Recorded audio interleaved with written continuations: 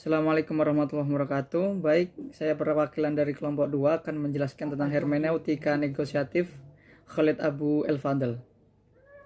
Jika kita mengkaji sebuah teori dari seorang tokoh, kita tidak lepas dari yang namanya biografi tokoh itu sendiri.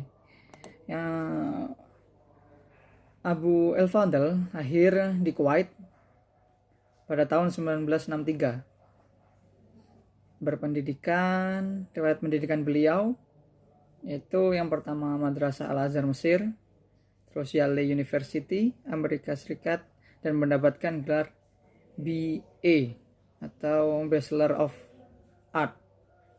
Terus melanjutkan di University of Pennsylvania, terus selanjutnya melanjutkan di Princeton University dengan spesialisasi bidang Islamic Studies. Kemudian bersamaan ia menempuh studi hukum di Universitas California Los Angeles atau yang biasa disingkat UCLA.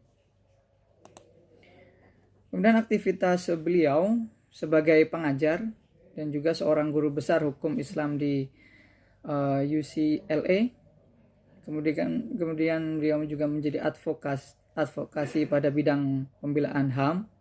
Kemudian juga menjadi anggota Komisi Internasional Kebebasan Beragama atau International Religious Freedom.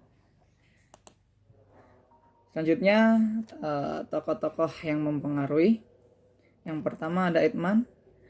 Beliau membedakan terminologi antara mengaku otoritas atau being in authority dan memegang otoritas being an authority. Memangku otoritas artinya menduduki jabatan resmi atau struktural yang memberinya kekuasaan untuk mengeluarkan perintah dan arahan. Selanjutnya, Hannah Arendt, beliau berpendapat membuat perbedaan serupa antara otoritas dan persuasi. Otoritas tidak bisa disamakan dengan persuasi. Otoritas adalah kekuatan yang membuat orang tunduk tanpa harus dibujuk.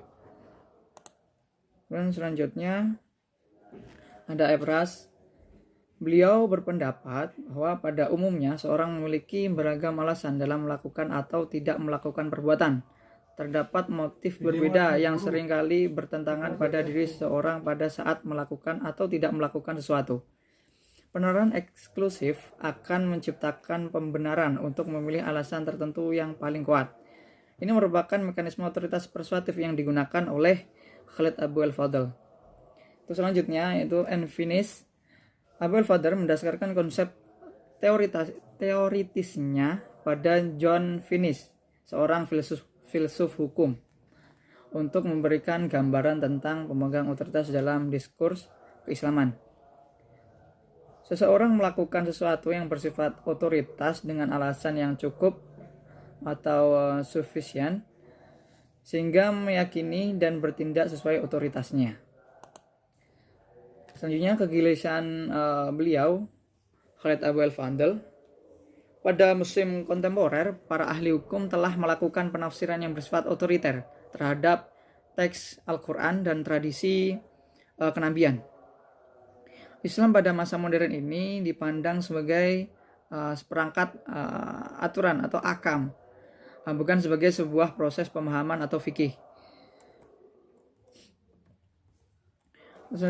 Untuk selanjutnya hermeneutika Khalid Abu El-Fadl. Perangkat hermeneutika adalah solusi dalam menghadapi fenomena otoritarianisme dalam pemikiran Islam, khususnya dalam penelitiannya tentang diskursus hukum Islam. Menurut Khalid, pendekatan hermeneutika dalam menganalisis dan melakukan suatu pengkajian teks-teks sangat penting dilakukan, yang dalam hermeneutika melibatkan 3 variabel, yaitu pengarang atau autor, teks, dan pembaca atau reader. Selanjutnya Al-Quran dan hadis adalah teks terbuka, yaitu untuk menghindari sikap otoriter adalah tetap sadar bahwa teks atau Al-Quran merupakan karya yang terus berubah, sehingga segala bentuk penafsiran dan pemahaman akan terus aktif, dinamis, dan progresif. Selanjutnya pembaca dan 5 persyaratnya. Menurut Khaled, perlu membatasi otoritarianisme pembaca dengan 5 syarat, yaitu jujur, sungguh-sungguh, menyeluruh, rasionalitas, dan pengendalian diri. Selanjutnya, negosiasi antara teks, pengarang, dan pembaca.